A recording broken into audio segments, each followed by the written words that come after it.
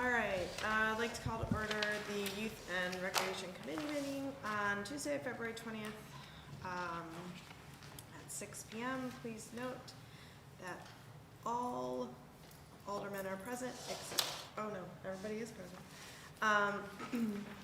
And so just need approval of the minutes from the previous committee meeting, which was Tuesday, February 6th, 2024. Thank you. Second, thank you. All those in favor? Aye. Okay. Under unfinished business, we have the pool infrastructure assessment. I know you were waiting to hear back from them or had a meeting set with them. Yeah, I'm still waiting on information, so I don't have an update. And then Splash Park update? No update. The same, okay.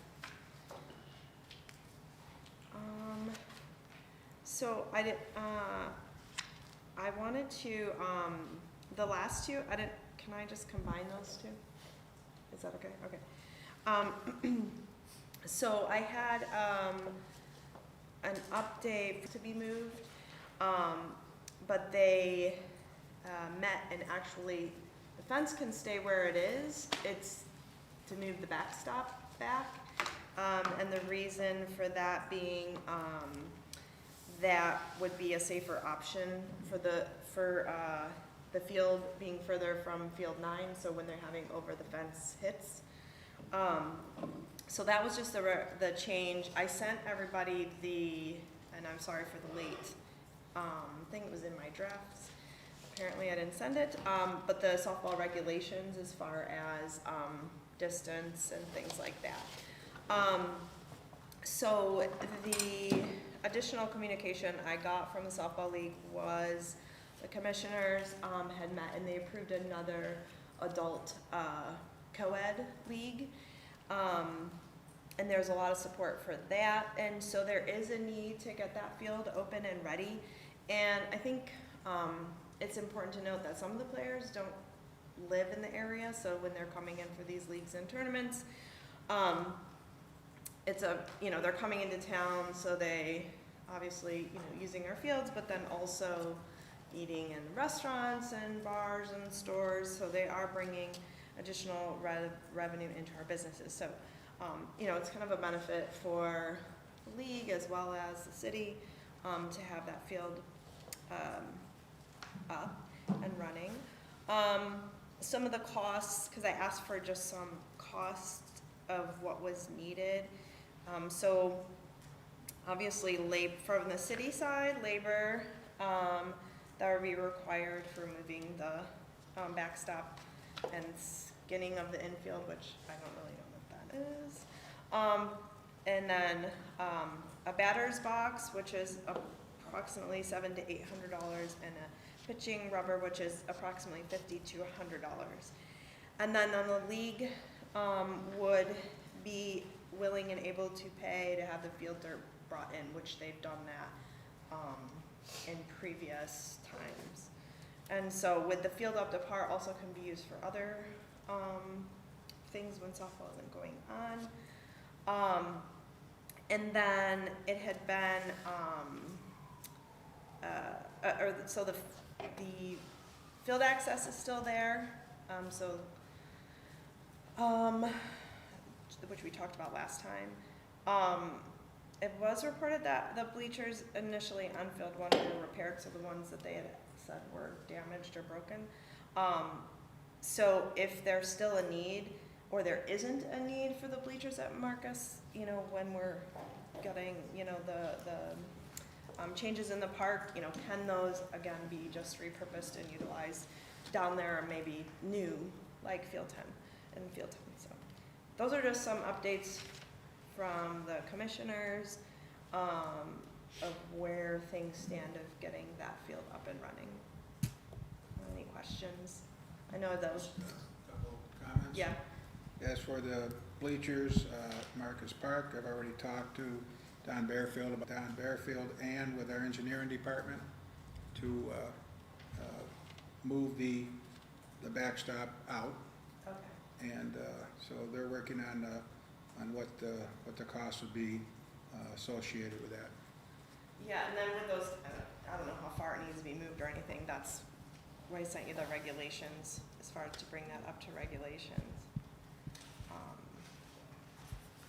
Is there a time frame for those, or does he have to do bids, or is that in-house, or Well, what? once we get all the information, then we can set a time frame. Okay.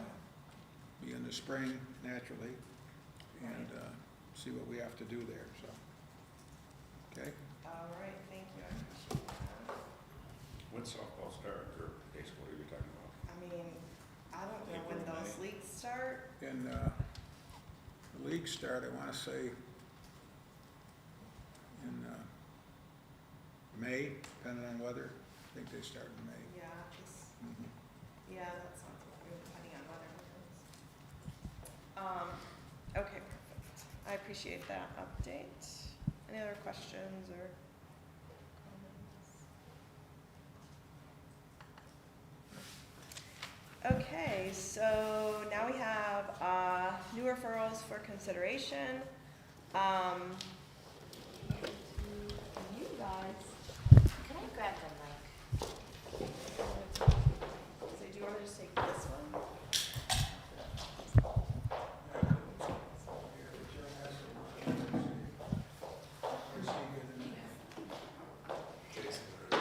I'll be fine. I have the PowerPoint presentation. Vernon, the only difference from that is gonna be the budget slide. It's been updated, it's been reduced since then, just to let you know. Okay. Molly Mandura was hired by the city. We did a request for proposal for professional services to do the engineering, architect, and design work on this project. It's in partnership with Intandem. We've been working with all. Talk tonight. So, my agenda for my little presentation is to review the concepts that we've put together for the layout of park amenities, and review the process that we went through for selecting the final restroom option, and some comparisons of preliminary costs for the different options. Then I'll review the playground concept with you, the overall cost estimate, and then our schedule. So this is just an image of the existing conditions at Marcus Park.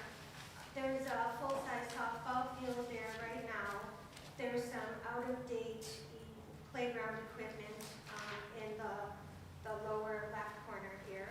That's the southeast corner. And that's about it on site right now.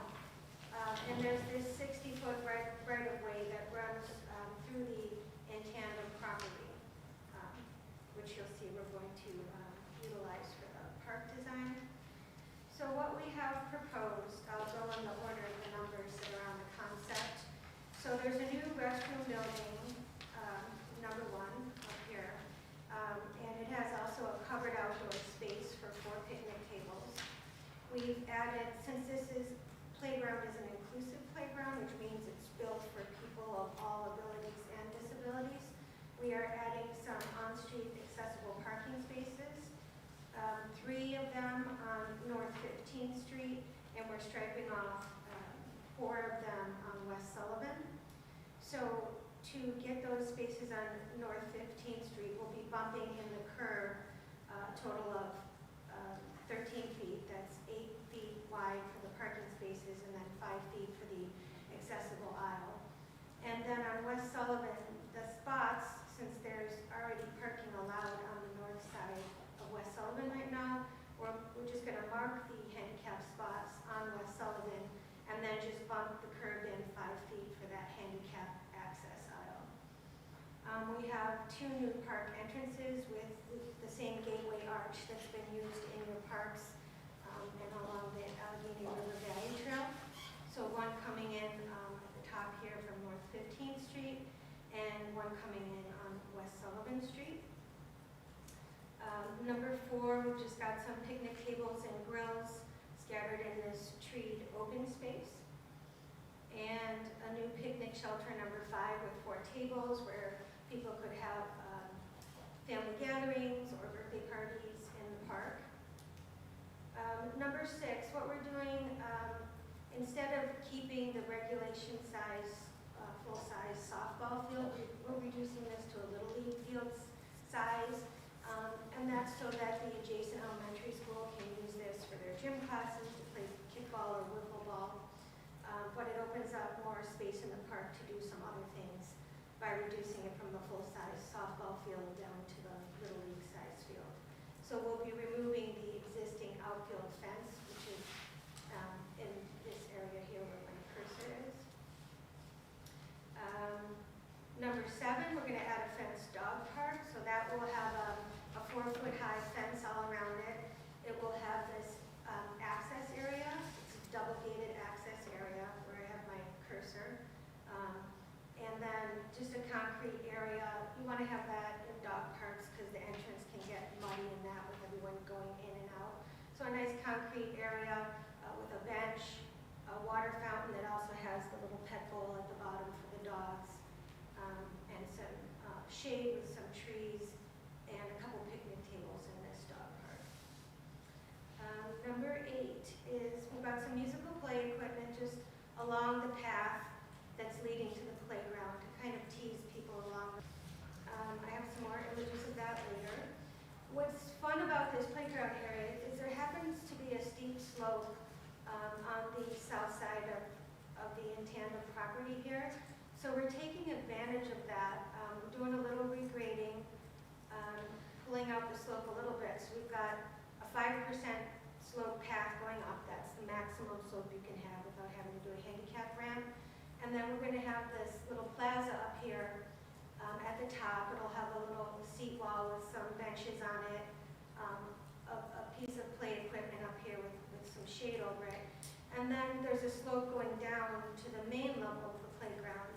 What makes that fun is that we can put some play events on the hill, like a slide or a rope climber, but also people in wheelchairs can come right off this raised plaza area across a bridge and get right onto the top of the play structure rather than having to use transfer ramps and steps to get up to the playground. So it's another way that people with disabilities can access the playground. Number 10, so we're adding a 10-foot wide shared use path. It's going to connect from North 15th Street and West Sullivan Street and run north through this 60-foot wide right-of-way that I mentioned, and then a little bit through in tandem's property, and then connect up to the Allegheny River Valley Trail at number 12 here. And then the other thing to point out is that we have benches spaced along the trail at no more than 200 feet apart. That's kind of like the maximum distance for, say, handicap spaces from an entrance. It's kind of like the maximum distance that someone with a disability can comfortably go. So it's nice to have those benches spaced along if they need to stop and take a rest. Any questions in general about this concept? I'm going to get more into like what the buildings look like and what the playgrounds look like. But any questions on the general concept? Okay. This is just another view. So this is sort of a bird's eye 3D view looking north into the park from West Sullivan Street. You can see the fenced dog park area on the right and that concrete entrance area that I mentioned. You can see the playground, the musical equipment along the path, and then the path that slopes up to that raised plaza area. That's about 32 inches above the main playground level. You can see the picnic shelter in the center here. It can accommodate 4 picnic tables, as I mentioned. And then over on the left, you see the proposed restroom building, the 2 toilet rooms, North 15th Street and West Sullivan, and the 2 gateway entry arches are shown. And then this is another view looking east into the park from 15th. You can see this restroom building in the front. You can see how on the left side there's that open air covered space, and on the right side is 2 toilet rooms in the structure. You can see into the picnic shelter pavilion, the tables and grills under the trees, playground area, and the fenced dog park in the rear of this image. So this is an image of the picnic shelter that we're proposing. It's a pre-engineered structure. It's 20 feet by 28 feet, and it will accommodate 4 8-foot-long picnic tables. So that's an image of the character. We thought it goes well with the farmer's market building that you have across the street. And then the same company happens to make restroom buildings, which is covered space adjacent to the restroom building. And I found that the same company has these pre-engineered restroom buildings / activity centers, they call them. That was perfect. It had this covered outdoor space. Again, it has the same character that you have over at the farmer's market, and it would match the picnic shelter that we're putting in. So after considering some other options, which I'll go through next, this is what we're recommending. It would look like this image on the right, except it wouldn't have a cupola, and we haven't budgeted any money to put this stone treatment on the bottom. It would just be the wood paneling all the way down like you see at the image on the left. And this is just a floor plan of that building. So you've got 2 toilet rooms. There's a storage building, which will be handy for like putting a hot water heater in. We're talking about having some security cameras and Wi-Fi perhaps in the park. So this would be a place that we could recommending. First, we considered, do we want to renovate the existing restroom building or construct a new one? So we did, our architects and engineers on the team came and we did a tour of this existing building. And there are some challenges with the existing building. You can see there's this image that I've got my cursor hovering on at the bottom that shows the back of the building. There isn't any overhang on this building, so the water is dripping right down the masonry, and there's some issues with water intrusion, with getting into the masonry, some peeling paint on the inside. And we also have varying slab levels within the building. You can see there's a step up into the men's room. If you go through that gated opening, there's still some more changes in elevation to get into the different doorways within that gated area as well. So it could be done, but we felt that there were some challenges. And the architect on our, I showed you where there's some problems with water intrusion with the masonry and that. The various floor slab elevations would be a challenge for renovating it. The location on site isn't ideal. It would be nice when you're doing an inclusive playground to have the restroom located in closer proximity to the playground. The building is a bit unsightly, maybe it's just an opinion.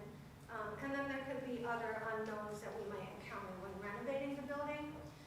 So given that, we decided to pursue looking to what it would cost for a new restroom building. So we came across this pre-engineered building, which we think is a very nice looking building. The total for that restroom building is $340,000. But if you want to just compare apples to apples, the covered picnic area portion, we're saying costs about $106,000 because that's what that picnic shelter of the same size costs, which means that the restroom portion of the building is about $234,000. So almost the same price as renovating that existing building, but you're getting a new building that's better looking and hopefully a little more sound. We also considered, well, do we want to do this pre-engineered building or do we want to design and build a building from scratch? So based on some other projects that our engineers and architects have done recently for some school projects, to design and build a new building with the same layout that we're showing you here, but of masonry construction instead of wood. They estimate would run about $400,000 to $450,000, and then you've got the engineering costs of maybe about $200,000 to design the building and put together the construction documents. So those were the 3 scenarios that we considered for the restroom building,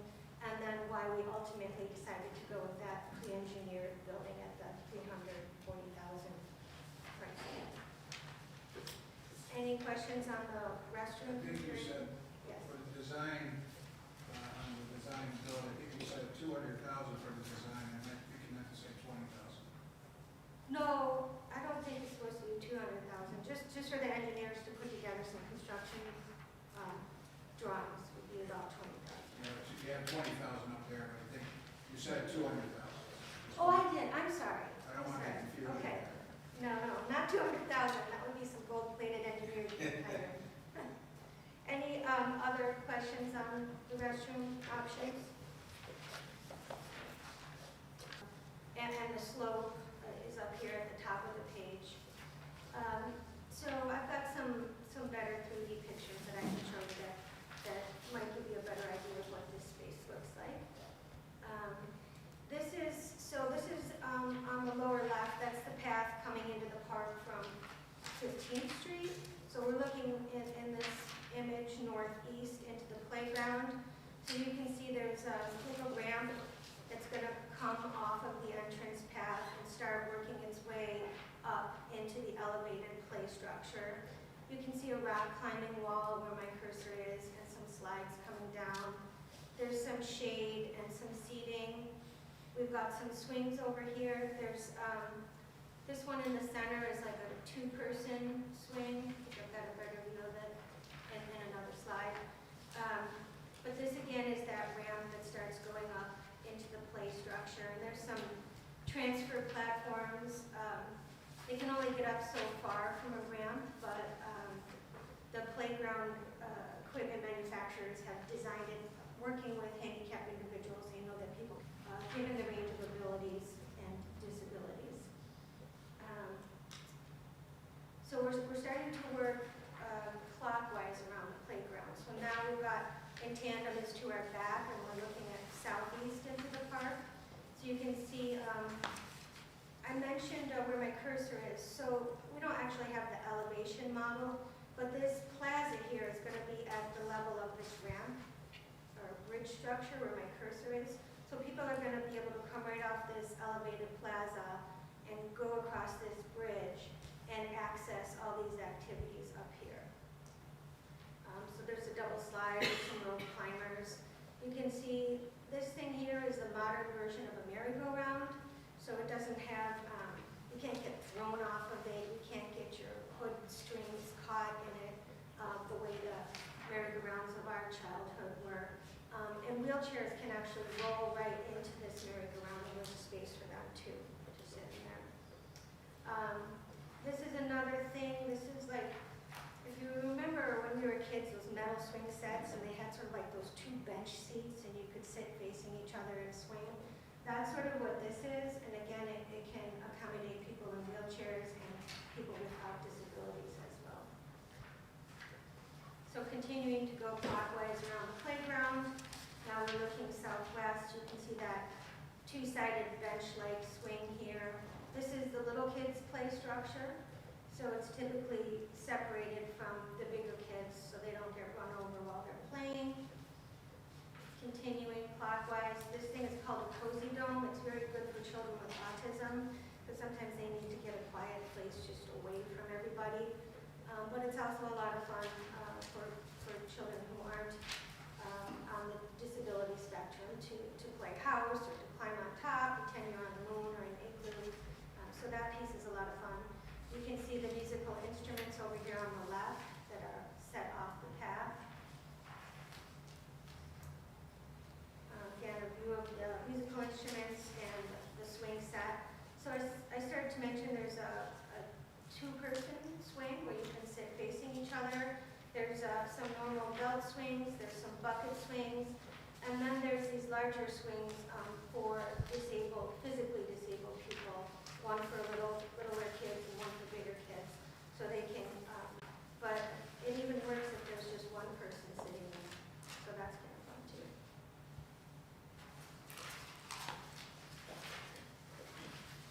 Any questions or anything you want to see again on the playground? Okay. So the overall cost. So in Tandem has raised $600,000 for the playground. So the playground has been designed to fit within their budget.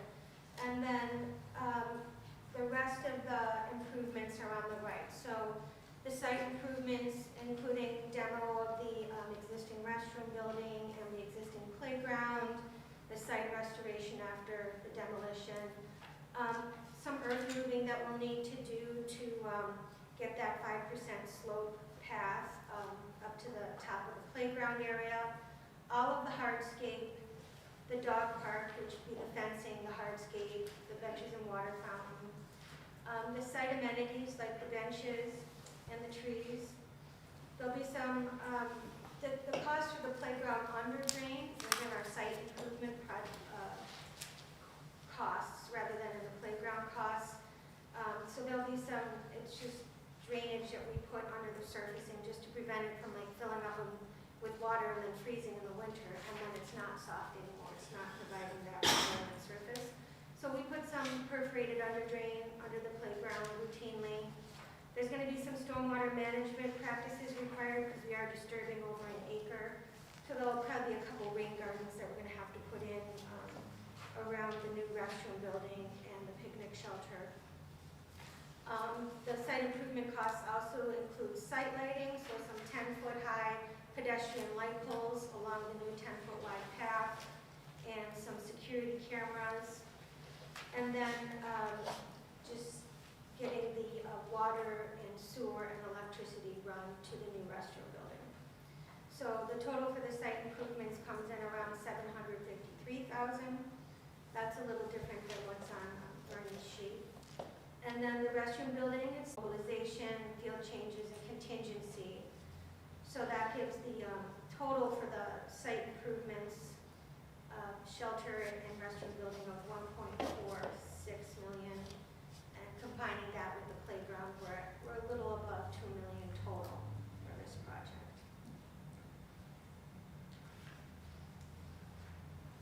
And then my last slide is just about what the next steps are. So we're kind of working backwards from number 4. Tandem has had their money in place for a while. They're a little anxious to get the playground built. They'd like to get it built this year. So because it has that poured-in-place rubber surfacing, the playground specialists recommend that we get the playground in by September. Otherwise, it's going to get a little cold for installing that surfacing. So if we shoot for, and it's going to be a community-built playground, we invite the community to participate in erecting the playground. So if we're shooting for September for that, that means we need to get the site improvements constructed before then, so that they would have to be constructed this summer. Then according to accomplish that, we should really get the project out to bid in April. And then before we can put the project out to bid, we have to complete the seeker, the stormwater prevention plan, and the construction documents. So those are our next steps that we have planned, pending your support for the project. Any questions?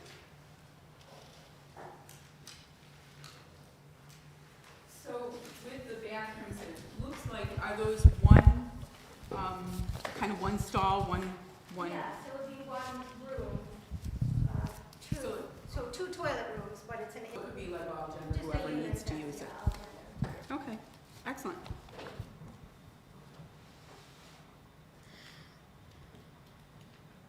So, I guess I'll ask a tough question. Where's the money coming from? $2 million. Is there grants available? What's the city's contribution to this? That will be 1.458, The city's contribution? the city's contribution, yes. There's no grants yet. Well, we're working with, in tandem now on Ralph Wilson grants. But we've got to get that process going here. So we won't know until we get the process going. We can't do it. It has to be a not-for-profit, so we've been in contact with in tandem, and they're the ones that can, we can collaborate on it with them, but we can't put it in, so.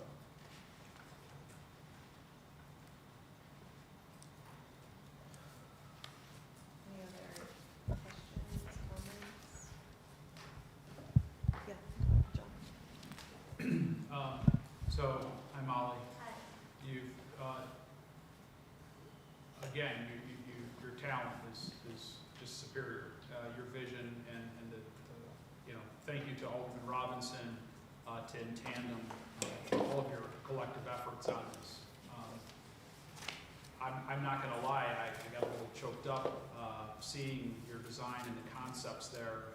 Someone that grew up with, a handicapped brother, and, to be able to you know, go on playground equipment with him in his wheelchair and so forth. It's incredible. That's what every community deserves. And I think this is an absolute must-have for our community. This is community revitalization, is to have, I mean, when I think back to the parks we went to, there was nothing remotely accessible for someone who focused on you know, all abilities. And so I think it's amazing. I think it's great. I also think it's important for us to find funding for this. I know the council had set aside a little bit of money a while ago, a couple of years ago, 50,000 if I'm not mistaken, in a capital fund. But I think we really need to have a serious conversation about what are other options, other financing options and funding options out there. And how do we make this a reality? You know, rather than just say whether, you know, it's accomplishable, how do we make it accomplishable? So again, thank you. I know the amount of effort that Vernon put in, and in tandem, certainly, Mary's leadership and so forth. This has to happen. We just need to figure out how to make it happen. Any other comments, questions? Yeah, Molly, does this design, is there any lighting plan included in this, changes to lighting? Yes, so, we'll keep those tall lights that are, on the, east side of the park now. They're lighting the existing playground. We could keep those to shed some light on the dog park, but we'll be adding 10-foot high, which we consider pedestrian height poles along the walkway, all along this black asphalt walkway. And there will be lights included, in the restroom building underneath the, covered area too. Do those, cost figures include doing that work? Yes.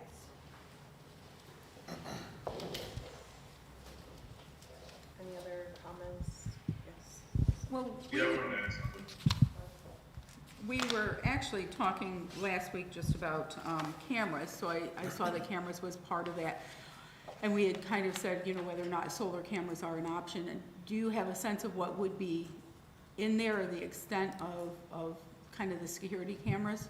So, I personally don't as a landscape architect, but we have an architect on our team who's been consulting with some of his colleagues who have put in cameras at St. Bonaventure. And we got all of the RFP responses that you got for the camera project. So he's gonna kind of take a dig through them and see if maybe he can pull out some kind of recommendation for that. In tandem, also offered to put some more cameras on their building pointing towards the playground. Vernon? Yeah, I mean, I just wanted to hear everyone's feedback. Once again, Molly, thank you again. You did a great job in bringing a vision forward for everyone to see, and to be able to have a better visual of what it would look like. Again, this is in Ward 6, but this is something that came about because as I travel, as I go to Arizona and some of these other states that I go to, I see all these amazing and beautiful parks, and they are inclusive. And then you come back to Olean, and you know, I always said, you know, Olean is a great place for a lot of families to live, but it seems like we are omitting certain classes of our community. And when you Lost his voice. You're cut out there, Vernon. oh, There you go. damn. All right. No, we Well, heard that's, that. We heard that, Vernon. Thank you. yeah, good. again, thank you, Molly, for everything that you've done and bringing a vision forward so that we can all have a vision of being able to see of what I was trying to bring forward. As I said, when I travel around the U.S., when I travel to all of these different places, I see all of these different parks, I see all of these different ideas and things of the sort. Olean is a great place to live and a great place to raise your family, but at the same time, we also, for years, have omitted certain classes. And we're just becoming ADA compliant on certain streets in our city. So now when you look at our parks, if you just imagine for a second that you don't have that capability of being able to get in your vehicle, walk and drive and do those things that we take for granted every day. Something as simple as going to sit in a seesaw or a merry-go-round. Some of these kids and some of these teens have not had that ability and have not had that option to do those things, you know, and that's something that we can bring not only to this region, to this community, but to the entire county.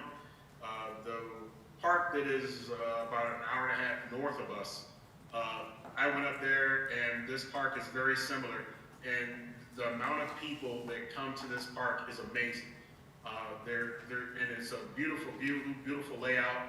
You can actually see downtown Buffalo from it. And it's like, if we can do something like that here in Olean, you know, we will be bringing people from all over. I mean, kids from all over, from multiple communities that would benefit from using that park. Yeah, these aren't taxpayers, but it's something that the reason why we call this inclusive is because we want to bring multiple people together. And as far as the park itself, I think a lot of the things that were discussed, we're talking about new infrastructure, new electrical, new plumbing. These are all things that are going to be taken care of here down the road anyway. So I think this is a perfect opportunity to capitalize on that. And we would take a park that essentially was sitting and doing nothing and revitalize it, bring it back to life, and help the community. There are a ton of kids in that entire area down there that need something to do and a place to go. And I think this would be a great place for them to go back to. And like I said, the revitalized area, I think it'd be great, so.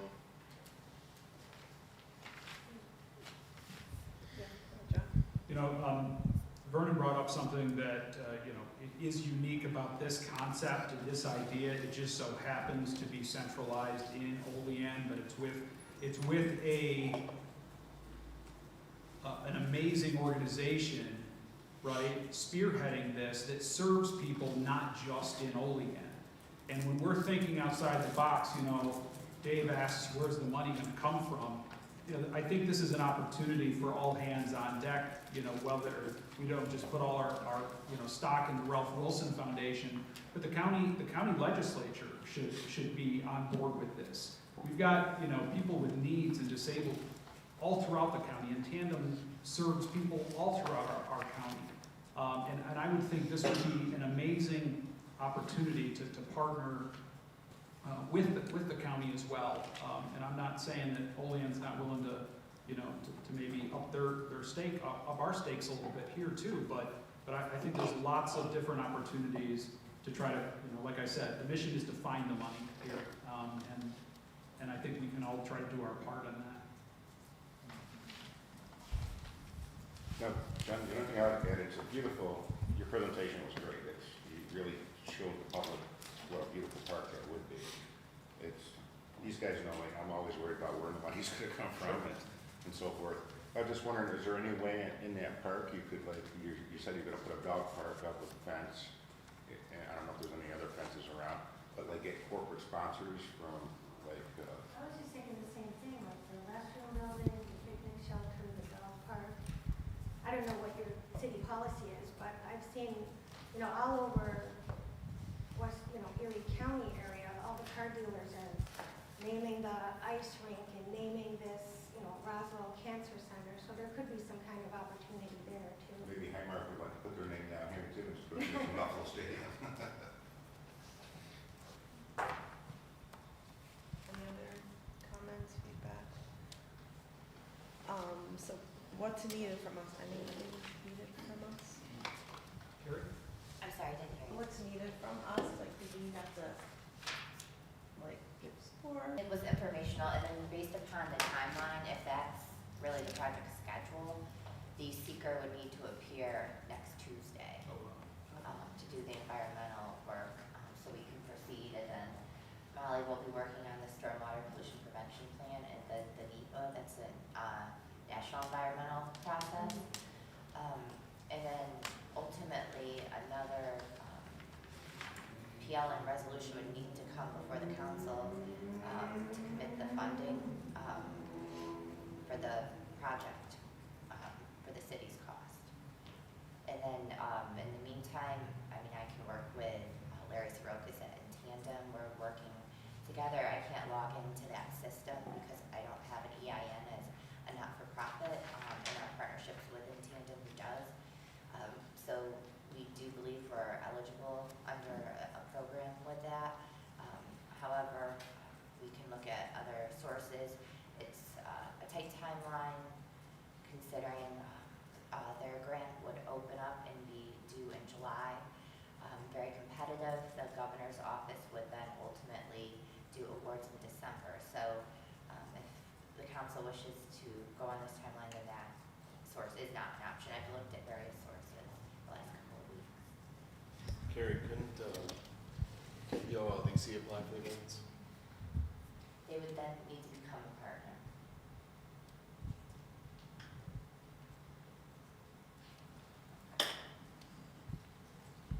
So I guess my recommendation is that we should probably, if we could, kind of get an all-hands meeting this week to have further discussions, Mayor, in tandem with Vernon, and and talk about what our possible next steps for funding are. I mean, I just getting a feel. I don't know if the council is 100% on board with committing $2 million. Well, minus 600,000, right? So about 1.4 million. It's obviously a long way from the $50,000, right? But that's not to say that, like I said, I mean, I'm a dog with a bone here, and I'm ready to go and talk to whomever, because this has to happen in our community. We have people all throughout the county that have children with needs, and this is an absolute, this is a one of a kind. So I would appreciate it if we could set up a meeting with everybody for this week. And Carrie, as far as pursuing the seeker, that doesn't, I mean, I'm not trying to suggest that you need more work, but that we could go forward with the seeker. Yes, yep. The draft of the part one is complete. Yeah. And council would be lead agency. Right, and that just essentially is the environmental stuff, right? Saying that, we're okay with this project at that location and so on. So I would recommend that we can move forward on that, if everybody agrees. And your idea is great about the county contributing. We got 5 Olean legislators, maybe somebody could contact them and. I think not only could we all contact them, but I think people that have disabled children and have disabled family members should contact them too, and just encourage, right? I mean, this is, like I said, this is something that goes above and beyond any of us, and something that would be amazing for our residents, Dave. So you're 100% right, but I think it's more than just one of us contacting them. John, do you remember, as far as the fixtures and the fence, what the dog park cost us at Oak Hill? It's expensive. Well, and that's what I'm thinking. I feel like that would be an easy thing if we wanted to pinch the budget a little bit, or at least for the initial install. Wasn't that much for you guys? No, I think, if I'm recalling correctly, or I could pull it up too on my Excel spreadsheet, but I think the fencing was just like 20 or 30,000, and then it's a concrete pad and the water fountain and a bench, so it's not that expensive. Okay. All right. Yeah, that's a much smaller area than we did up at Oak Hill with 2 parks, 2 dog parks and stuff like that, but, yeah. What are the dimensions on that?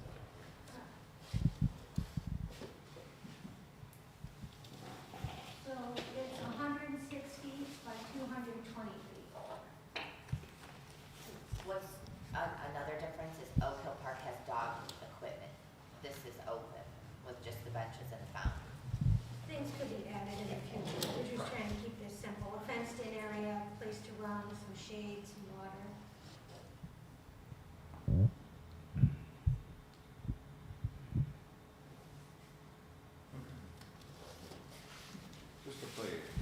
like my brain's just moving around here.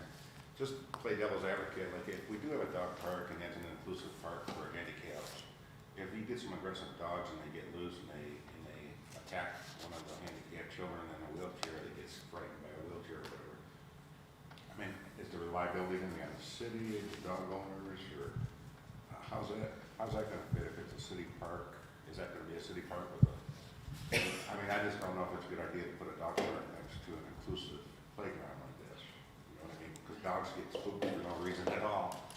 And they're very easily spooked by wheelchairs or something they're not used to seeing. You know, Personally, I think that line of thinking just kind of destroys when someone wants to do some type of improvement.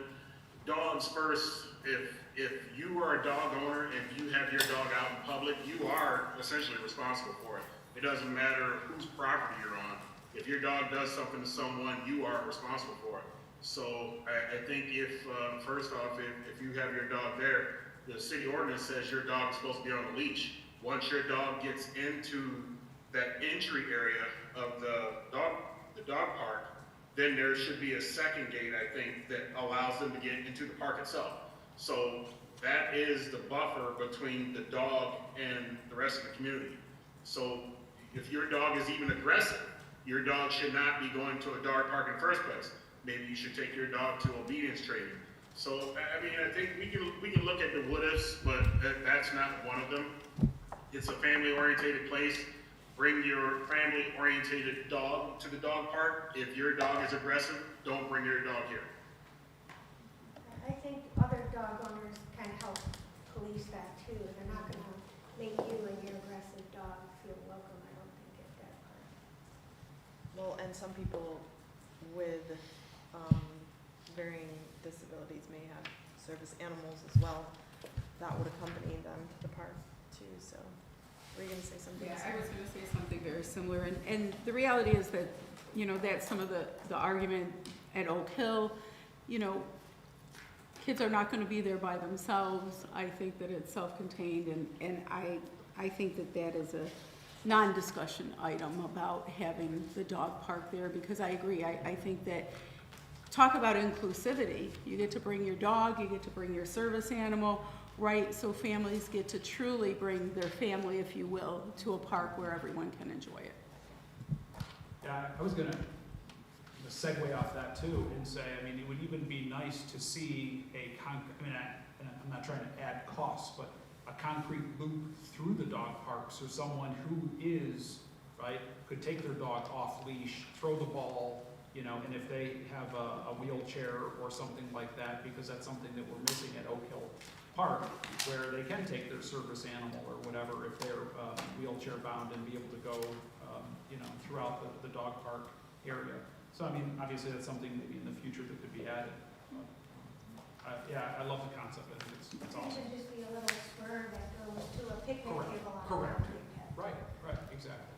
But the short answer is, there's no more liability here than in any other park that we operate.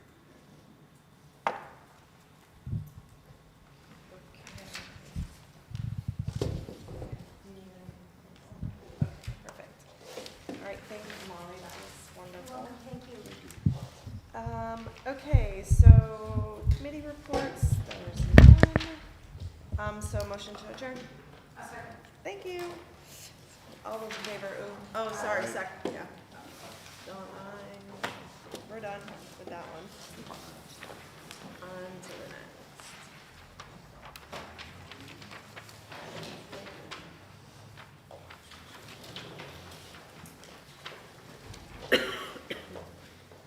Everybody's leaving. It's a break. It's a 5-minute break. It's a 5-minute break. Oh, no, Tom and Jared went to work, so, I mean, you want to do a different meeting then? Okay. Ready? Okay, I'll call to order the Finance Committee for Tuesday, February 20th, 2024. Let the record show that all aldermen are here. approval of minutes from the previous committee meetings, which was held on Tuesday, February 6th. Can I get a motion? Okay, by Alderman Panis, second by Alderwoman Forney. All in favor? Opposed? Okay, unfinished business. Okay, we went out to bid for Olean Phase 3, and we received 2 bids.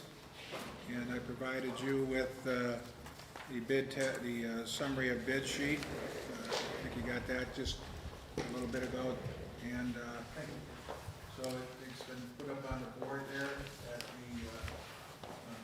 base bid from Millennium Contracting was $2,773,70. I'm sorry, $2,773,740.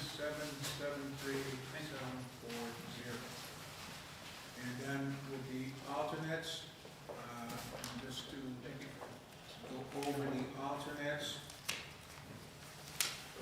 The alternates were, for this project, were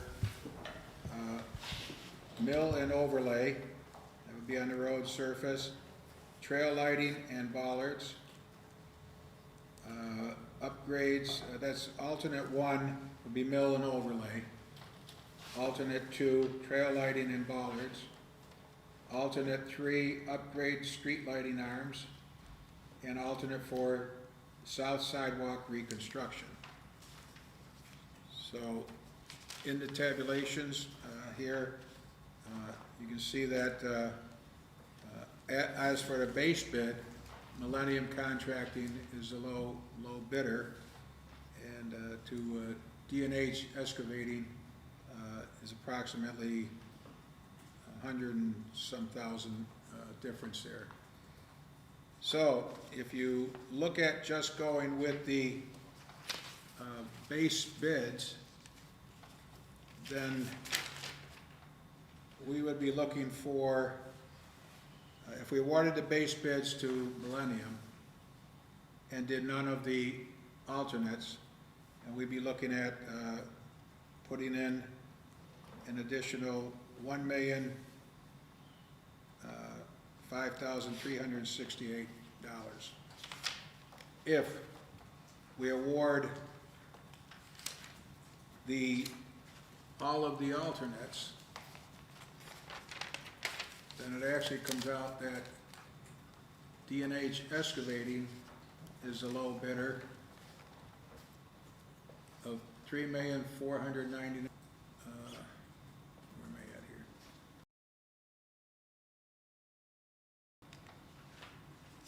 Yeah, we would need to put in an additional $1,731,461.69. They become lower than Millennial because the way it works out here, they're about Millennial. We would need $1,832,526.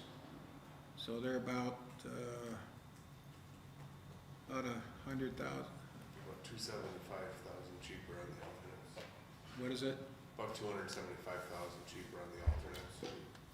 Okay. On the alternates, but combined they're about 100,000, right? Yeah. Cheaper Yeah, than. 101,000 bucks. Take the total down. Right. What was the first one, Bill? How much, if we just did the base bid, how much did you say Millennium Construction, how much over would we be looking at? 1 million, 1.1 million? No. Let me look at here, John. Let me make sure.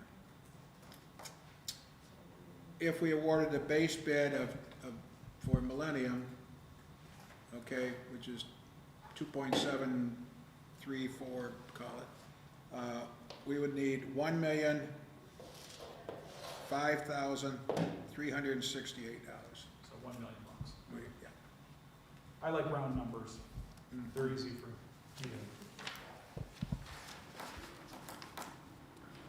All right, so if we went with the base bid, it'd be $1 million more. If we went with the 4 alternates, Would be, and that would go to D&H then, it's a little better. right. And you said the alternate number 4 was south side sidewalk reconstruction, is that right? Yes. Yeah.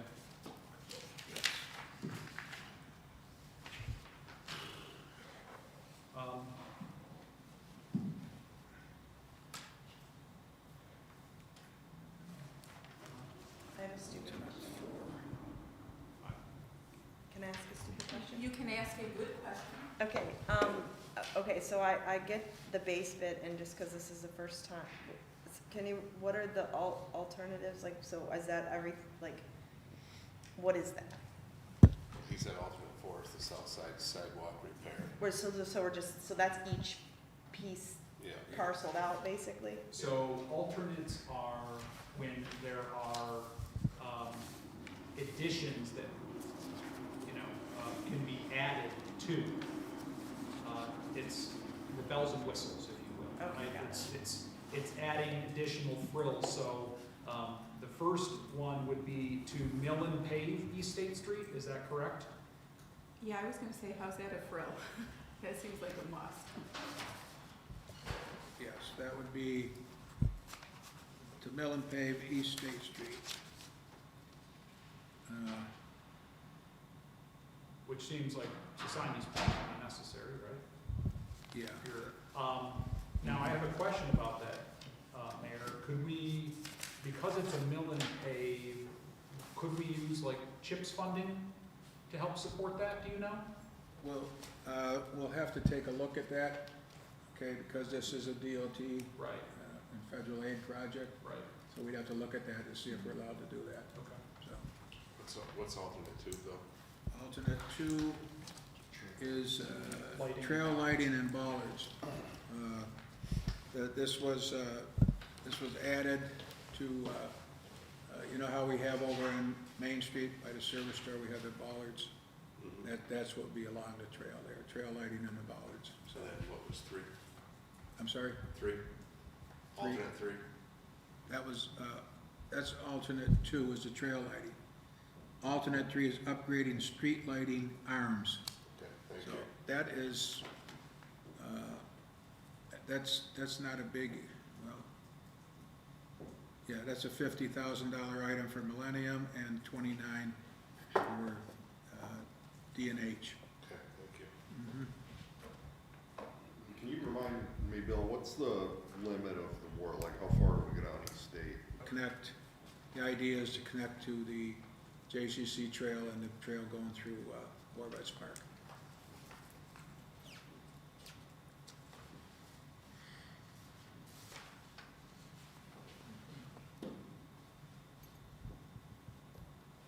When was there, so, I guess I don't remember, maybe Jen, around, is the infrastructure part of this project? No. Now, keep in mind, we can pick some of the alternates or all of the alternates. We just broke it down in between the base bid and then all of them. We can, and that, depending on which ones you go with or don't go with, could determine who is going to be the low bidder too. What's alternate four behind you? Alternate force was south side sidewalk replacement. New south side sidewalks. You got the other ones, Dave? Mayor, remind, just for the sake of conversation, this does include, these bids include a roundabout going at Berry, is that correct? Yes. Yeah. Transversable roundabout, so that trucks can drive over it.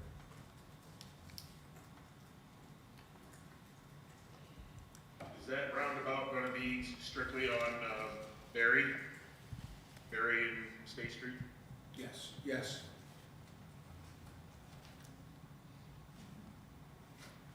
Just another dumb question. No dumb questions, David, no dumb questions. When Robert was here, he said that roundabout on Green Street was gonna cost approximately $1 million. If we eliminated the roundabout over here, would we be able to save $1 million and just keep the red light up? That is part of the project, and I don't think we'll be able to eliminate it. It's part of the DOT portion here. The money we're receiving from DOT and federal aid. So Remember, this is a DRI project too. I was gonna say, I think that one of the challenges that, with each one of these, there has to be some unique components for why we get money, not just to kind of repave what's already there or replace existing. And so I think that's part of the challenge in terms of the public understanding in part what this is, that getting the money. And roundabouts is one of those things. And I think that's always one of the challenges that people bring up. And I think when we had the last conversation, that was very helpful to say. We have to have something that is unique. It's not about replacing as is. And that's the challenge there. But I would say, you know, I think that milling and overlay is a must. You know, otherwise, what is that, like lipstick on a pig kind of analogy, right? Like, I think we should have new roads, and I thought that we're talking about the sidewalks, is that the 10, the larger sidewalk that we're talking about right there? That would be on the north side. Okay, Okay. okay, so this is addition on the south. So Mayor, what do you need from us in terms of next steps, or do you need us to do something about the bid alternatives?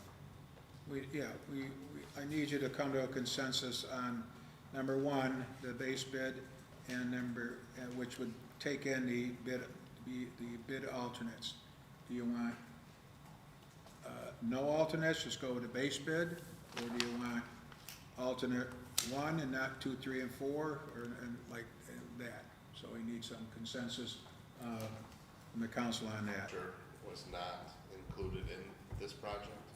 I think it ended up being a cost factor, and some of the infrastructure's already been changed. Well, wait a minute.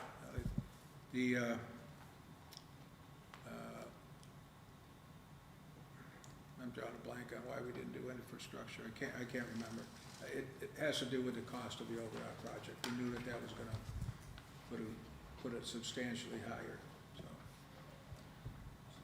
So just to give maybe Bill a little bit more too, I mean, when we bid this out, obviously this was a part of the DRI funding, which the city was allotted $10 million, right? So there was a cap on that $10 million. And the idea of the 3 projects that were awarded, South Union, East State, and West State, at the time, that funding that we were awarded was supposed to cover the projects. So knowing that full infrastructure replacement would be well above just $1 million here, $1 million there, and $1 million there, I think that's ultimately what the purpose was. We collectively, if I can recall, said we were going to do street upgrades, walkable, shared use paths, upgrades, and so on for beautification's sake. So not to take the full $10 million. And I want to say the city maybe got awarded half of that in the DRI, didn't we? We got awarded roughly around $4 million out of the $10 million. Yeah. Ballpark. And so that's probably why JR is we got a finite amount to go after. Yeah, it's not to be just. There won't be any work done in the roadway. Okay, this will all be the shared youth path along the north side. It'll be lighting.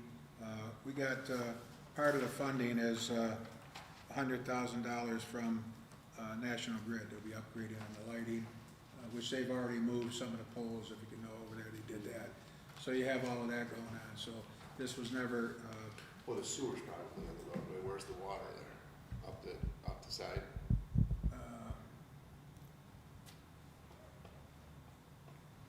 I'm not sure on which side it's on, the sewers lines and that, but we were never going to dig into the roadway. That's why it's just a. Except for the roundabout. Yeah, except in the roundabout, yeah.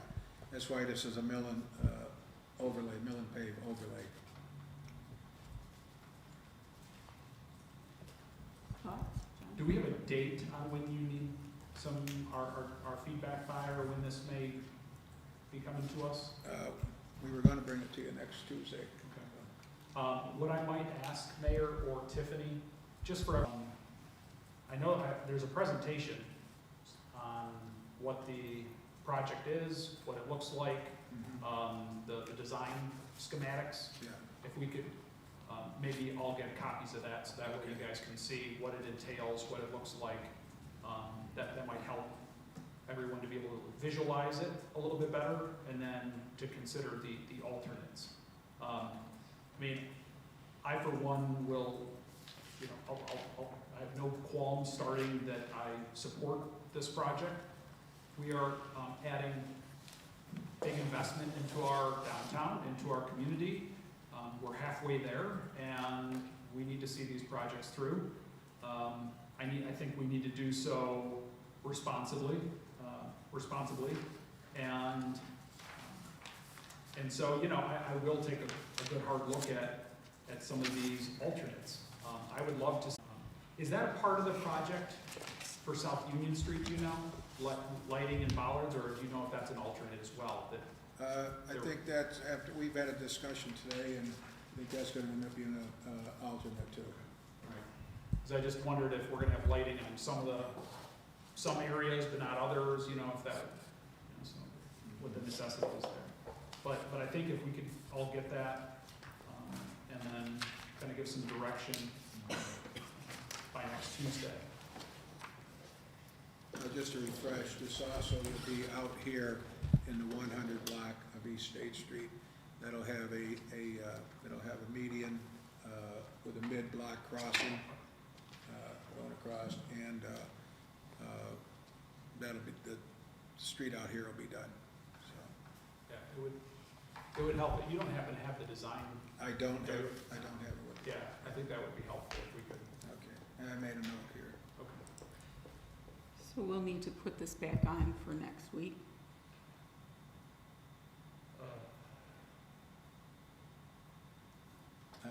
Yes. Yeah, if they're looking to go out to vote next week, we'll need to have some direction by Friday, right? Yeah. So we can circle up back with you, or, Okay. because remember, Dave, we got awarded this 5 years ago, right? I don't think I was here, we got it really bad. You were in my. I can go, we have, right now, we have, DRI money is 1.2 million. TAP money is 664,000. Local match, TAP, that's us, we've already approved this, 160, we'll call it 166, 166,000. National Grid, $100,000. So that's our total funding is say, 2,100 and call it 130,000.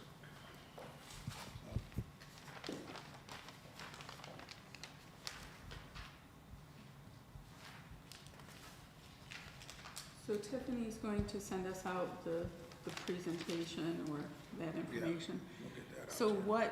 so if we want to be able to, if our timeline is to be able to vote next Tuesday, what works for people in terms of that? Put it on for council of the whole, we can still discuss it, and then if we go into, if we put it on for a vote, we can go from there. Yeah. Okay, that works. Okay, fire engine,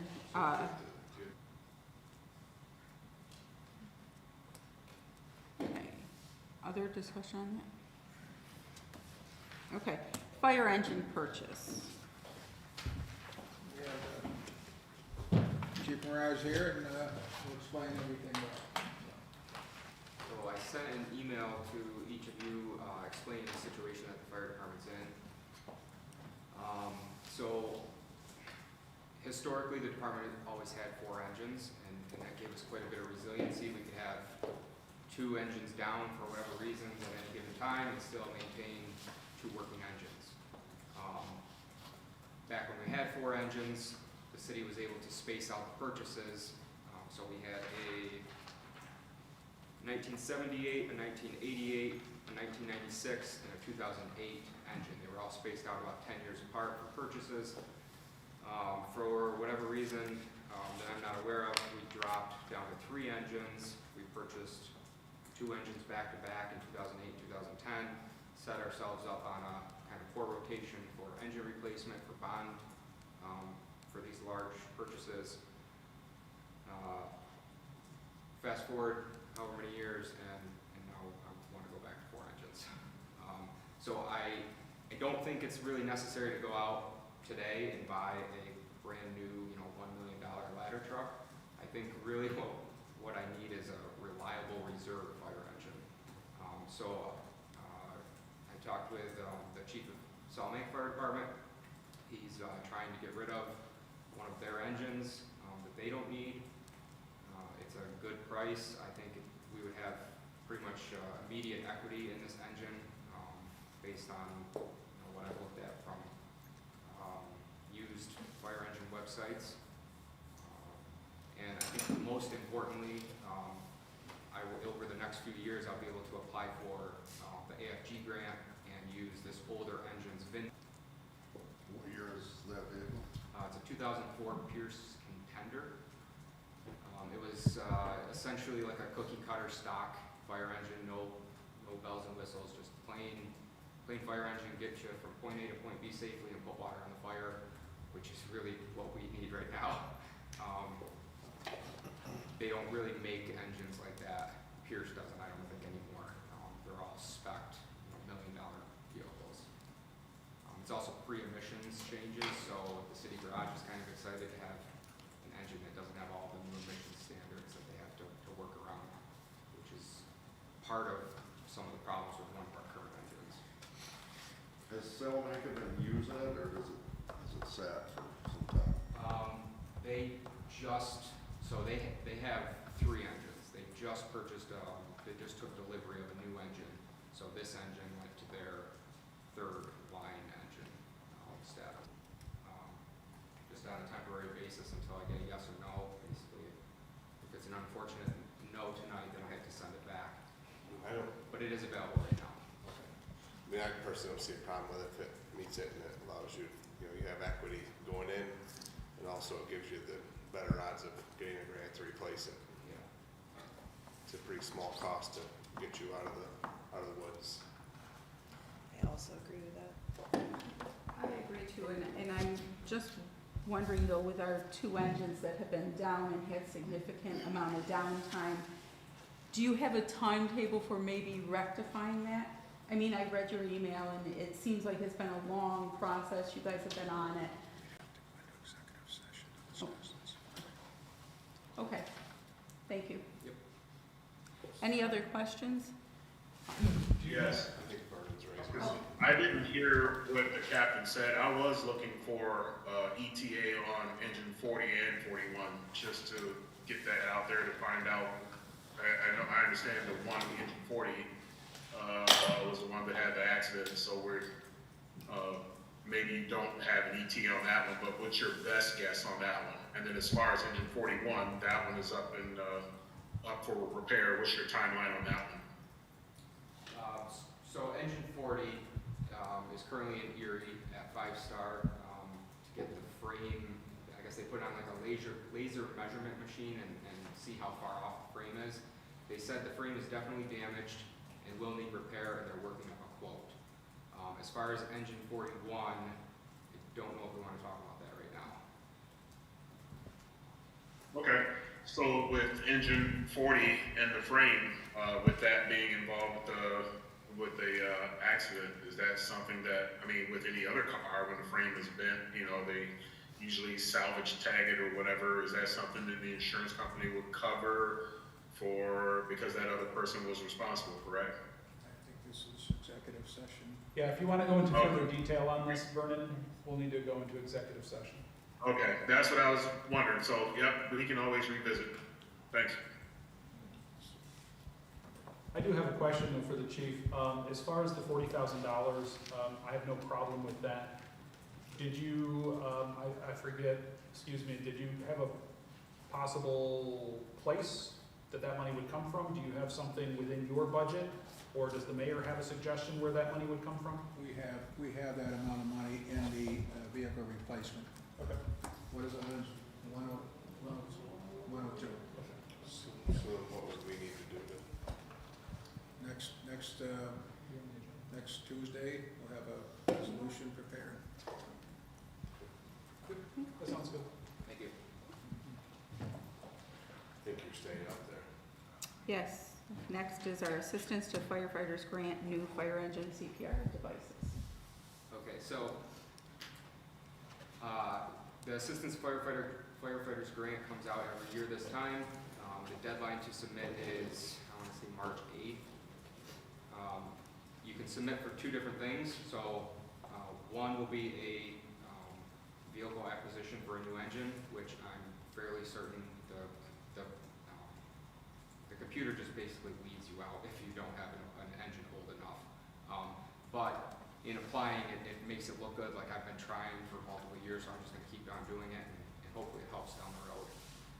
The other grant that I would like to put in for is the same one that Chief Richardson put in last year for, and that is the automatic chest compression devices. So I believe that is considered a micro grant under the AFG for under $75,000. And the city's match is on the fire engine and the CPR device, the city match would be 5%. We'll put in for two. So the engine would be approximately $35,000 for the city's portion, and the CPR devices would be a little bit under $4,000. And that's for 3 CPR devices, so each ambulance gets one. And we had that presentation about the importance of that, about, just life-saving measures and right firefighters being able to continue to do that. I mean, anyone who's ever done CPR, myself included, know that it's a difficult thing to maintain over time, so this would be definitely a life-saving measure, so. Okay, do you need anything from us other than, yes, we'll go for it? We just need we just need you to say yes, go ahead and go for it. Okay, so yes, go for it. All right, thank you. All right. Last thing on our finance committee is the 2022-2023 audit. If we're gonna come in time for us to have that information for for our budget process, the mayor has sent out the tentative budget. So we need those figures to be able to. We are meeting with BWB on Monday, and then, once, we have the preliminary meeting with them, they'll schedule a time with the, council president, and then you'll schedule a time with the council, presentation with the council. So it should be within the next couple of weeks. Okay, excellent. Okay. New referrals for consideration, we have none. Committee reports, we have none. I'll take a motion to adjourn. So moved. Okay, and seconded by Alderwoman Forney. All in favor? Opposed? So be it. Okay. Call the order of the meeting, the city operations, and let the record show that all members are present. I'll make a motion for the approval of the committee report meetings from February 6th of 2024. Can I get a second? Second. Seconded by Alderman Panis. All those in favor? Aye. Opposed? Carried. Unfinished business, we have the rental property inspection changes.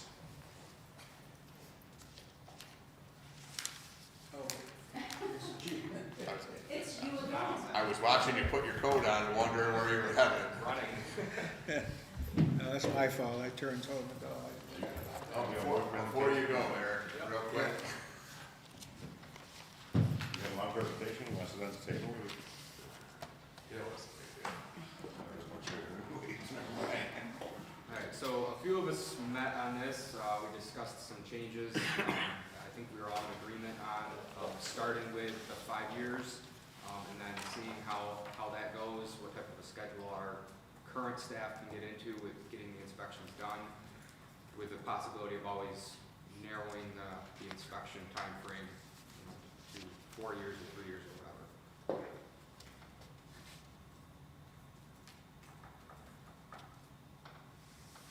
I believe the city attorney is going to put it into legal form for us. He did review it and he approved the legislation.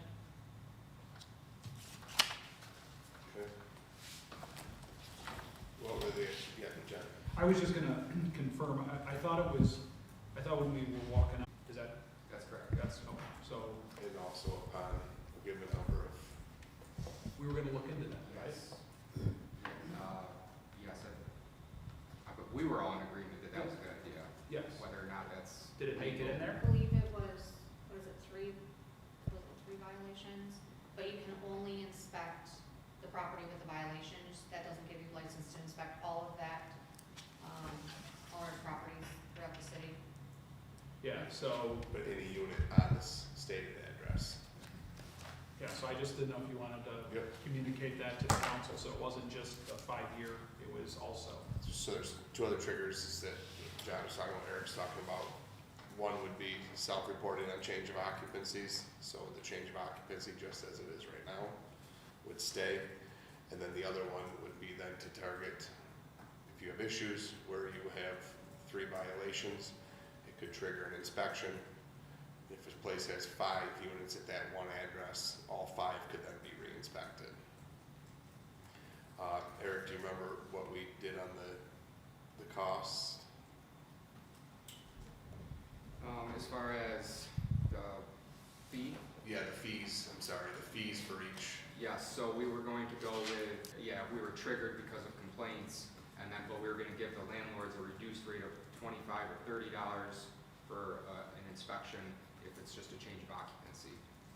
Basically, knock a little bit off because they're honoring our system.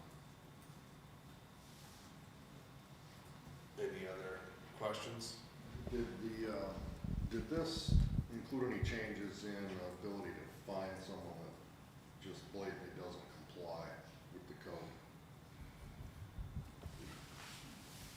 Yeah, so I agree. So the question is, if there is a change of occupancy and they don't notify you for inspection, right, do we have a consequence?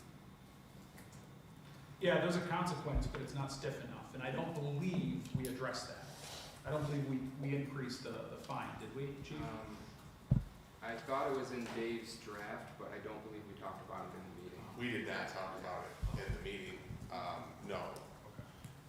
And I can't recall off the top of my head right now, Jason, if it carried over in the draft, in all honesty.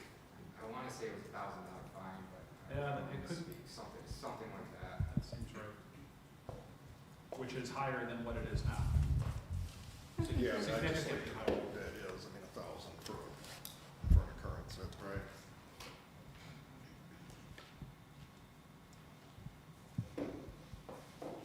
Any other questions? Okay. So that will appear next week, correct? It'll be appealed next week, but this has to be published as well, so this will be out for the first meeting in March. Sorry, thank you. Okay, thanks, Eric. Yep. Moving on to new referrals for consideration. The long-term strategic approach to water line replacements. I don't know who added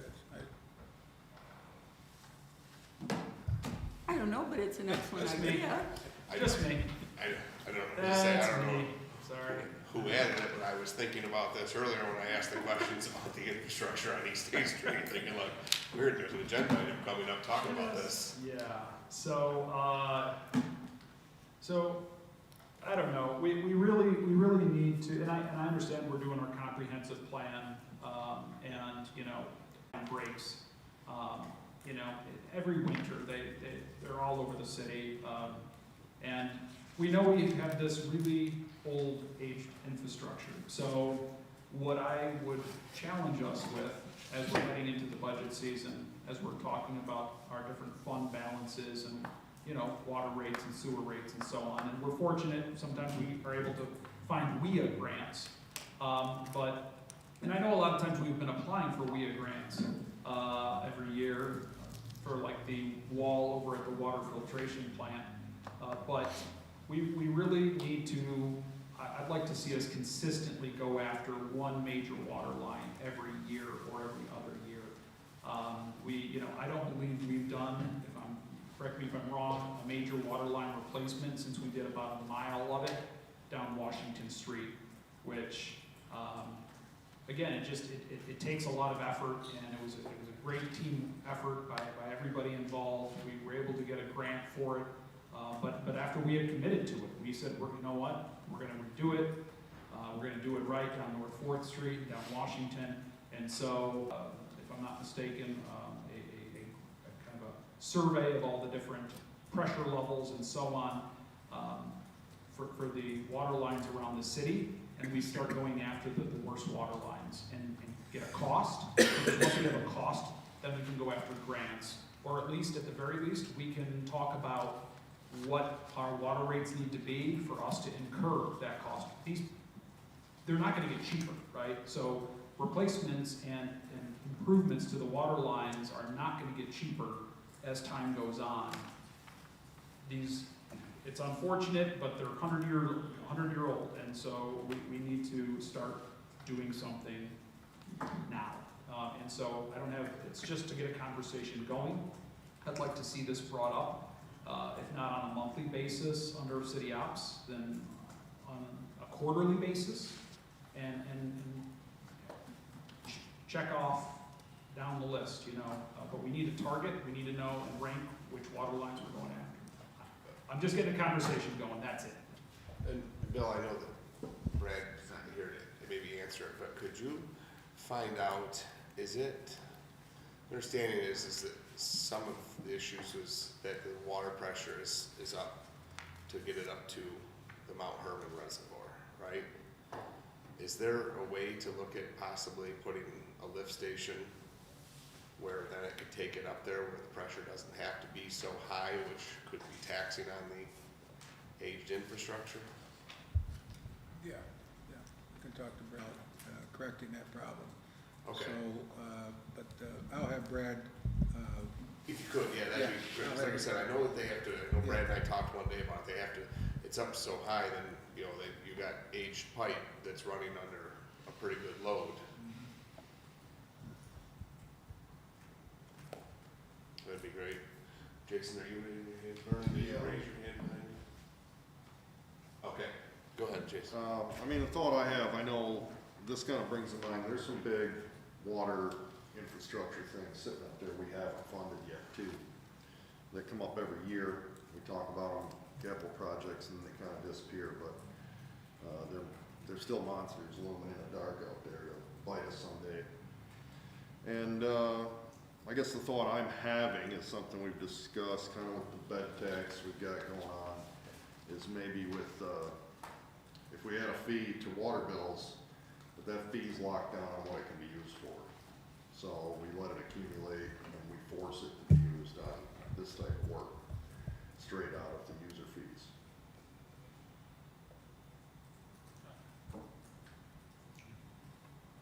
I think we need to just start coming up with lists of ideas and lists of solutions, and Jason, again, this is one of these, all ideas are good ideas at this point. We know this needs to get done. And it just seems like we wait till, like you said, every budget, we hear about the water filtration wall that's in imminent, danger over there of collapse. The wall, we've got valves at Right. Olean, I think, Right. I can't remember, I feel like we didn't fund that this year. Over by the river. Yeah, we've got a number of things that we need to, kind of go to the wayside, but since we do, they're separate in how we get money for that, at least from the public. It may not be a beautiful thing, but at least what it can be spent for and the intent can be locked down. And people know that if they're paying this fee in their water bill, that it's gotta go to replacing lines or whatnot. Maybe it is at the wall or the tanks, whatever. Side. I'm gonna say, I think that that's actually a great idea. I think that what we hear is, what about the infrastructure,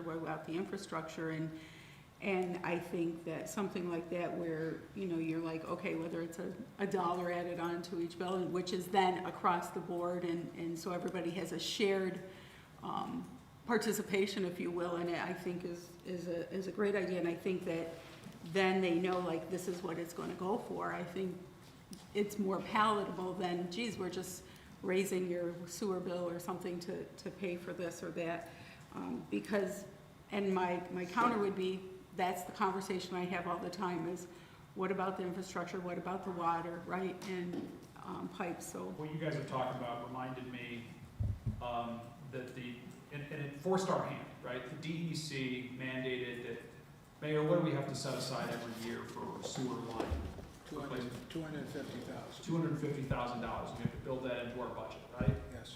We should build $1 million into our water line replacement budget. And if that means water costs have to go up, they do.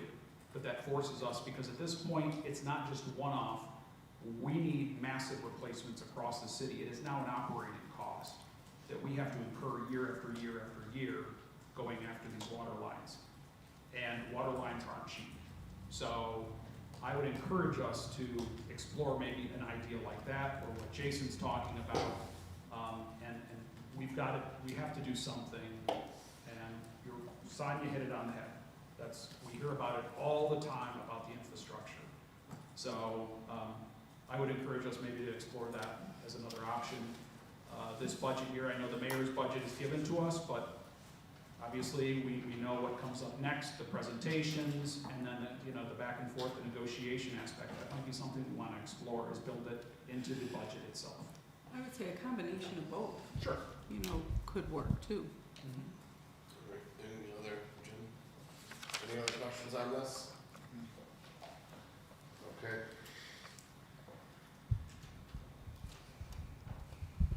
So that will just, what do you want, John, just slide that over to unfinished business, and leave it there, Tim? Please. Okay, typically we just do that, slide over unfinished. Thank you. No committee reports, motion for adjournment, Second. Or a motion. second. Alderman Tanis, all those in favor? Aye. Opposed? On the Carried. committee. Public safety. All right, you guys can hear me, right? Yep. All right, I call to order Public Safety Committee for Tuesday, February 20th. Let the record show all the persons are present. Approval of minutes from Tuesday, February 6th, 2024. I'll make a motion. Can I get a second? Second.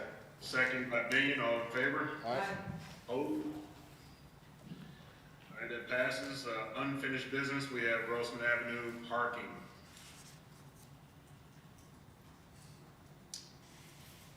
Where did this land last time? I sent an email out to everyone after the last meeting. You had questioned the original placement of the signs and what was proposed and where the signs are now.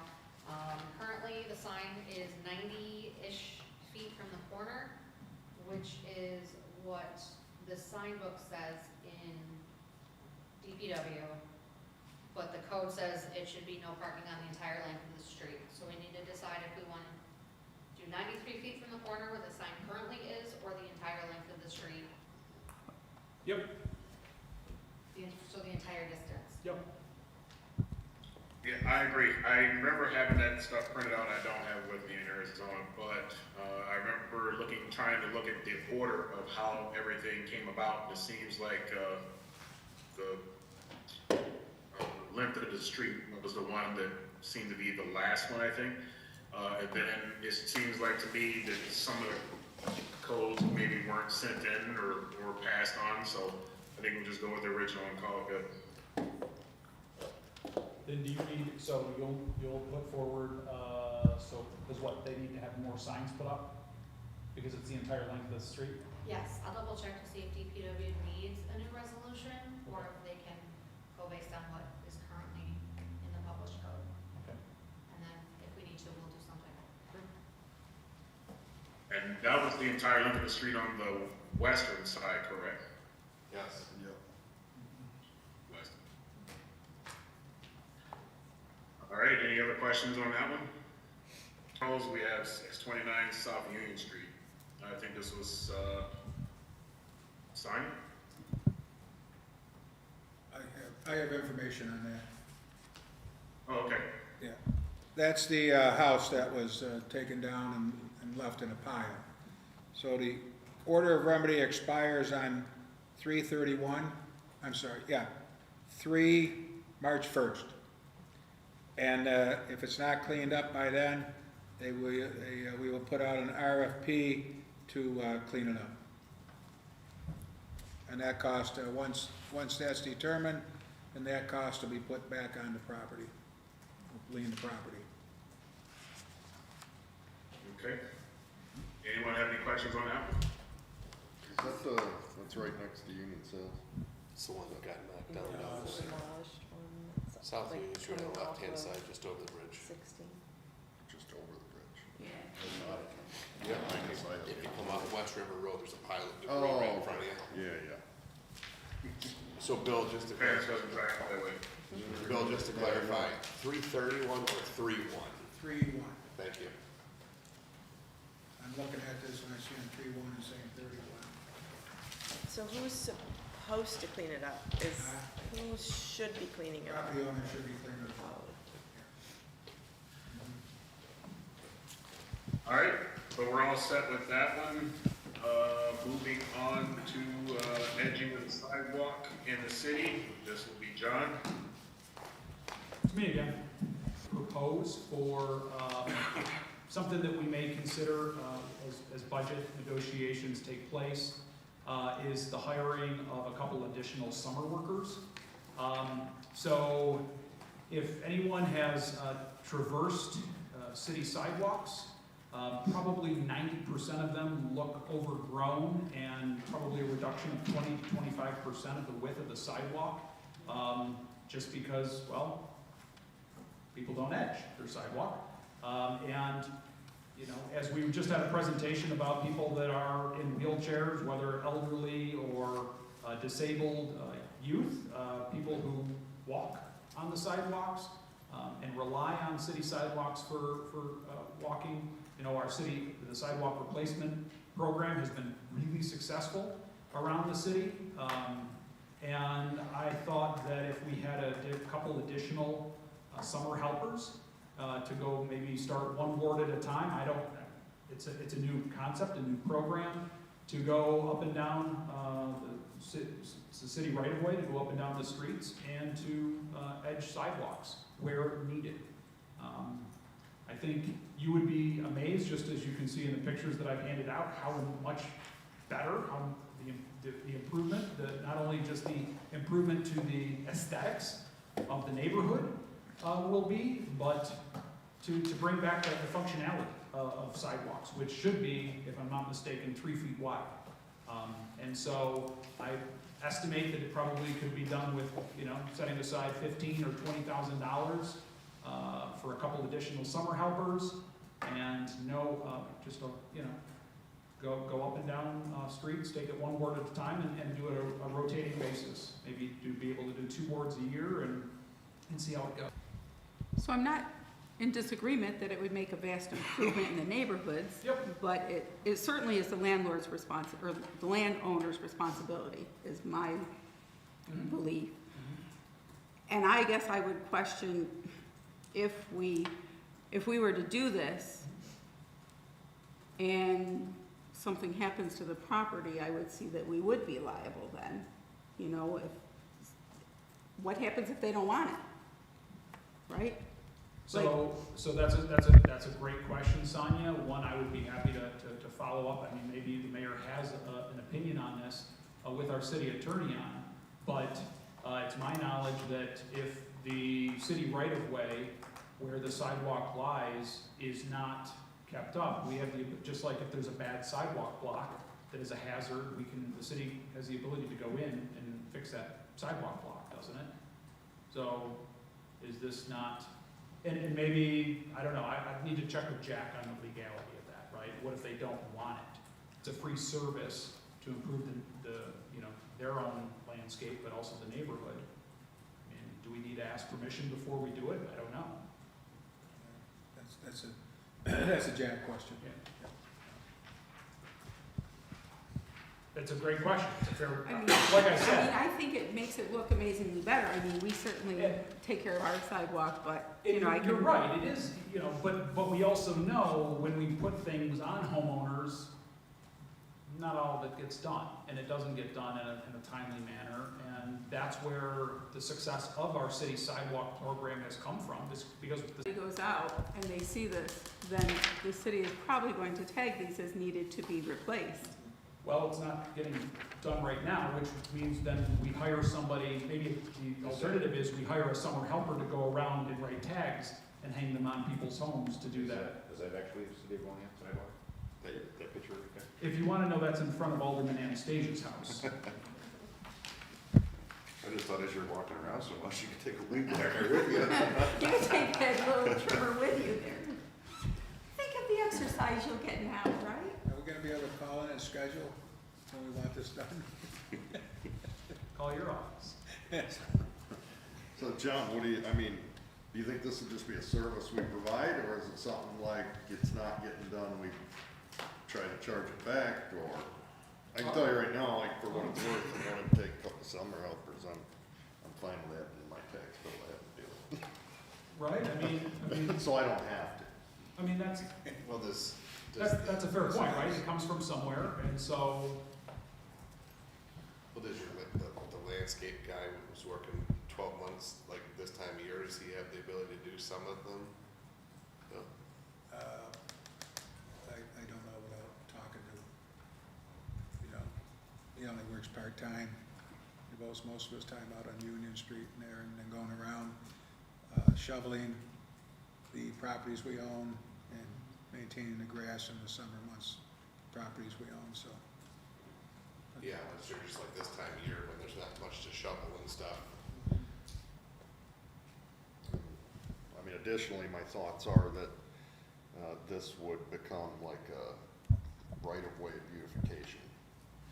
All right, I wouldn't limit it to just this and sidewalks, it'd be whatever's in the right-of-way and how it looks aesthetically.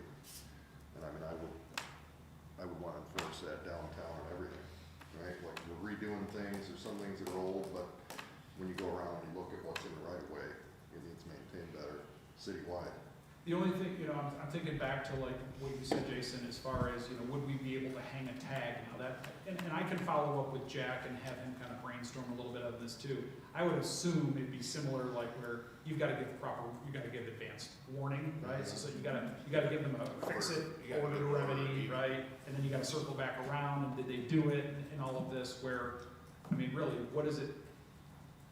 I edge my sidewalk, it takes 10 minutes, 15 minutes, right? Like, I mean, I just wonder if it's not an opportunity to just provide us some service with some summer helpers. Now, understanding we're not gonna be able to knock out the entire city all at once, but maybe one ward at a time, I don't know, because it takes years for a sidewalk to look like that. Right. I mean, I would think you'd want, if we go that route, you'd want some kind of opt-out ability. Homeowners that are just particular about how they do things, they're able to opt out and say, hey, I'm managing this, don't touch my property. And then we do hang a tag. Right. Yeah. I mean, but there's gonna be ones that just do it, and if somebody just goes up a street and attacks the whole street, say. But I wouldn't limit it to the sidewalk. I mean, your curb lines ends up the same way. They're usually overgrown, and, it gets to where it's affecting the gutter. In some neighborhoods are like, And then if you're like JR, you can find out he doesn't have them, so he can complain about that, and we can get him some curbs when they redo Front Street. The whole length. Put a 10-foot shared use path right in front of JR's property, so. he has to- 14, I'll run a plow truck he right has down to- the line. He has to shovel it. So, this is conversation, get some feedback. I will follow up with Jack as far as some of the legality questions on this. And if you have any other ideas, I'd be happy to listen. It would be nice if it looked like this though. My thoughts on this is, a great idea, great concept. I think it's sad that you have to get to the point where the city has to come in to beautify it a little bit. I do love the idea of what Jason said, and call it right-of-way beautification. Maybe expand on it a little bit and make it more or less where the city is taking care of their own thing. It's also the thing with Jack and getting involved, and finding out the legality aspects of it, whether or not the person doesn't want this done, or, we don't, have to ask permission, so to speak. I think a lot of that can be avoided if it turns into a right-of-way thing instead of the person's property itself. If we're doing the right-of-way, I think that's a good thing. I think it's always good to invest a little bit of money, and, you know, if we have to invest a small amount in 1 or 2 employees to, especially if they're college kids or something like that, one, you're giving someone work to do over the summer. 2, I think it's a kickback that the city's actually putting money back towards beautifying it itself. So there's a lot of ways we can spend this to make it positive. You know, just like any other thing with money constraints, you know, there's always a question of where we're gonna get the money from. I think with anything else, you know, we can always look at the budget, see what's where, tighten things up, and put things where we need it in order to make things happen. I think the sidewalk project, you know, that was something that came up, and, you know, a lot of people talked about that. We were able to put money to the side, get that going, and then that worked out pretty well. And as a matter of fact, every year there's always a waiting list for it, so you never know what could happen with this one here. So, I mean, whatever you guys want to do with it, you know, it is a good conversation. We can always continue it, move it forward. However you guys see it. I'm fine taking it off for right now, and I'll follow up with Jack on this, Vernon, and then we can, you know, as the budget progresses, we can, I'll try to see what I can find out, and I'm happy to reintroduce it, you know, sometime in March or April. Okay. April. I think we'll be busy in all of March. All right, if there's nothing else there, approval of committee reports, we have none. Any questions before we adjourn? Good. All right, I'll make a motion to adjourn. Give it a second. I didn't catch. It's me. Sonia, all right, second by all